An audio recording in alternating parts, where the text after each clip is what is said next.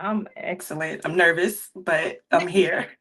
And I'm here for it. It's okay. Look, I I'm gonna give you your time. I know we running behind, but folks ain't got nothing else to do. They can stay here with us. Come on, don't rush us.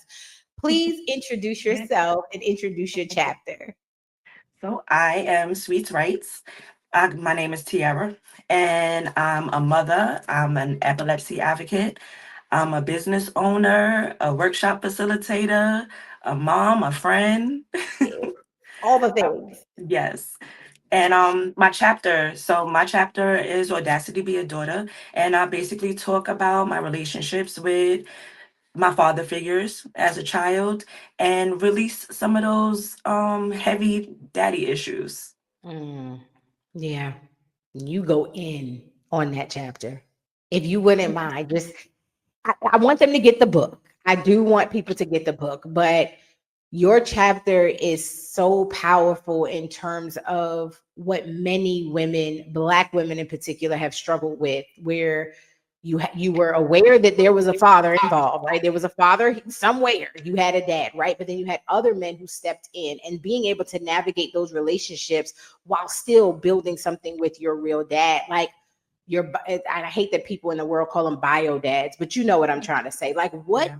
what was that like for you in terms of putting it on paper? Like the realization of this is what I've been navigating my entire life and then sharing it with others. What was that like for you? It was closure. I had to dig really deep. It was uncomfortable. Mhm. I had to have some really uncomfortable conversations with Yeah. some of the people that were involved, in that time of my life. So Yeah. touching back on those experiences and reliving them can be very painful. My stepdad isn't even here anymore, so I couldn't even speak with him and get any big closure from him. But my biological dad also isn't here, but I was able to still receive closure from speaking to people. It's so interesting how the release during the process of writing, and I wrote my chapter, got it out, and not too long after it was submitted, my mom gave me some letters that my dad had wrote her when I was a child. And so I was able to get closure through those letters and a lot of answers that were given. So the process itself opened the door to make Yeah. room for what I needed Yeah. to come in. So it was um it was a well needed process. Something Man, I'm glad that I faced.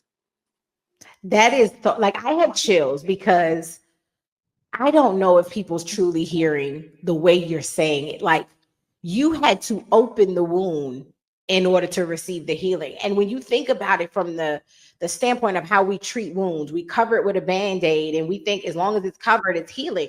Sometimes you got to take the band-aid off and expose it because it needs air. It needs Yeah. more to heal. And that is the deepest part of who we are, being able to expose ourselves to receive that healing work. That it is such a powerful chapter. I've read the book a few times, but every time I've read your chapter, there was something new that I saw in your confessions and in that release that you wrote about. Tell me,